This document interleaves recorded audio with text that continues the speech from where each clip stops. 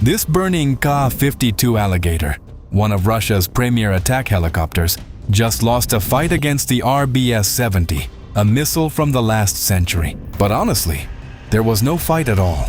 So what actually happened? They were operating over our positions for several days, but nobody could catch them, so they called us in. So far it sounds like a movie. The right guys show up and sort everything out. Notice, the warning from the second crew came in at the same moment as the explosion. It turned out that the onboard defense systems on Russian helicopters can't detect the RBS70 missile. And this is a perfect example of how old Swedish technology slips right past modern protection systems.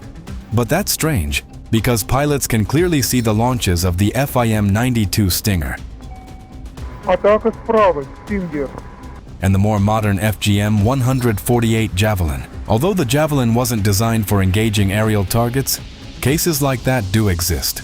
Generally, my unit hunts enemy equipment, but during a watch rotation I spotted a Russian helicopter flying low and firing on friendly positions. The Javelin locked onto the target at literally the last second. I launched the missile and saw the explosion. The next day, footage came in of a destroyed Alligator. Talk about a miracle. A Javelin taking out a chopper is just insane.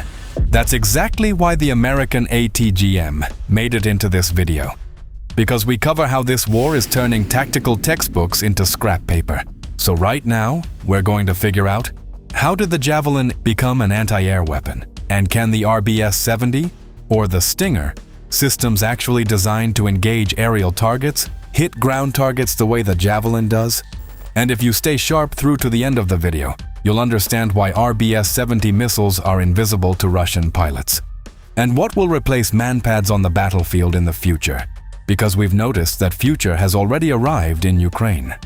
But before we move forward, don't miss our next exclusive video with 1st Assault Regiment, and don't forget to subscribe to the Weapons of Victory channel, and hope to see you soon. Despite the drones hanging in the sky, despite sensors, thermal imagers, and long-range warfare, there are still units on the front line that hunt the enemy the way warriors did thousands of years ago. For an accurate shot, it's critical to reach your position without being spotted and choose the most advantageous firing line. They see the target with their own eyes and press the trigger on the instinct of their gut. Except instead of a bow and arrow, they're carrying the FGM-148 Javelin, weighing 22 kilograms. Its missile kills at ranges up to 4 kilometers. But honestly, gut instinct alone isn't quite enough for a precise shot. Sometimes you have to climb out of cover and stand at full height just to aim. You need 10 to 15 seconds to lock onto the target. The system won't let you fire until the target is locked by the missile's infrared seeker. And you've got to admit, that's a genuinely useful feature that prevents wasted shots, because one trigger pull costs $200,000. But the main feature of the FGM-148 Javelin is fire and forget. Once the target is locked and the operator hits launch, he can immediately move to a new position. The missile's infrared seeker, which tracks heat, is already on its way and won't get lost. The Javelin's effectiveness is almost 100%. No protection will help. This thing operates on a top attack principle. The missile climbs high and comes down on the tank from above, where the armor is thinnest. The first charge blows through the ERA, and the second punches through the main armor. Cages, nets, ERA, doesn't do shit. 8.4 kilos of shaped charge will rip it to pieces. But the Russians have come up with a few tricks to save themselves. The first way to confuse the missile is to pop special smoke that blocks the infrared seeker. The second is to pull up next to burning equipment, hoping the missile will switch its lock to the heat of the fire. But that's a lottery, because Russian ground equipment has no sensors to detect the moment of launch. So Russian tankers who end up in a Javelin's crosshairs can only hope for luck. Russian helicopters, however, do have those sensors.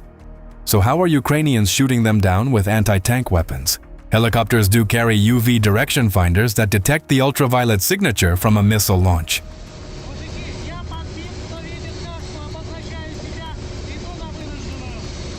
But Ukrainian troops have found ways to fool that protection. If you fire from the shadow of trees or from around the corner of a building, the helicopter's sensors won't pick up the flash at the moment the missile leaves the tube. And here's one more important detail. Before firing, the operator switches from top attack mode to direct attack. The missile flies straight to the target along the shortest possible trajectory. In that mode, the Javelin behaves like a standard MANPAD, such as the Stinger. But it detonates 8 times more powerfully because its warhead was designed to kill a tank. Does that make the Javelin versatile enough to replace the Stinger? No. The Javelin is not an anti-aircraft weapon.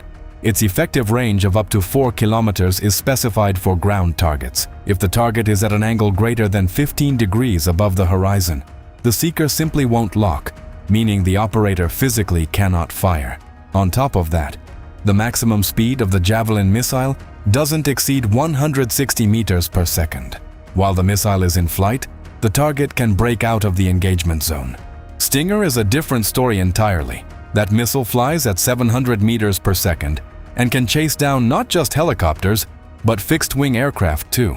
This compact weapon also operates on a fire-and-forget principle. Once the seeker has locked onto the target's heat signature and the operator pulls the trigger, the missile tracks the target on its own, leaving the fighter free to find cover or get the next missile ready. The Stinger weighs 6 kilograms less than the Javelin, making it easier to handle for the operator. And if you mount it on a vehicle platform, a classic hunt turns into a safari. But can it engage ground targets? Yes, but its high explosive fragmentation warhead weighs just 1 kilogram. What can you actually take out with that? Maybe a car, because against a tank or an IFV, it's nothing more than a mosquito bite. And it's hard to justify firing a missile worth $50,000 just to disable a truck and not even set it on fire.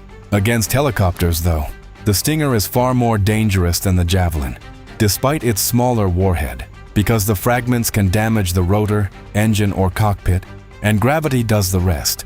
Especially when the rotorcraft is falling from 3,800 meters, which is the Stinger missile's ceiling.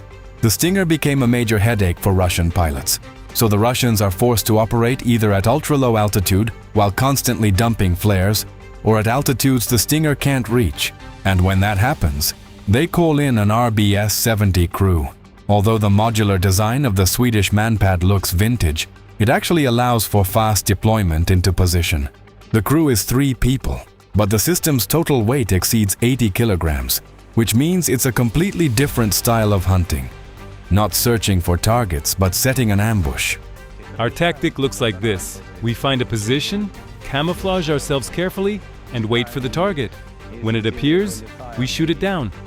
If the target is at maximum range, anywhere from 7 to 9 kilometers depending on the variant, and at altitudes up to 5 kilometers, the chances of survival are nearly zero. Even if the pilot spots the missile or someone warns him about the launch, there's no avoiding the explosion, because the Swedish missile also reaches speeds of 700 meters per second. And here's the thing, fooling the RBS70 with flares is impossible, because the operator guides the missile with a laser beam all the way to impact. Even if the pilot dumps every flare he has, the missile keeps coming. But usually the pilot only finds out about the attack at the moment of the explosion. Beyond the launchers themselves, Ukraine has received Swedish Giraffe 75 radars, which work in tandem with the RBS70. With that radar, targets can be detected at ranges up to 75 kilometers. So the operators have plenty of time to get ready for the enemy. Beyond shooting down helicopters and aircraft, it turned out to be quite effective against UAVs as well. Ukrainian operators also discovered that the RBS70 with the bolide missile works excellently against Shaheds. The laser guidance allows the operator to manually steer onto a drone that barely emits any heat at all. And what about ground targets? Thanks to a fragmentation warhead with a shaped charge effect, a bolide-type missile can punch through light armor. But the real advantage is something else entirely.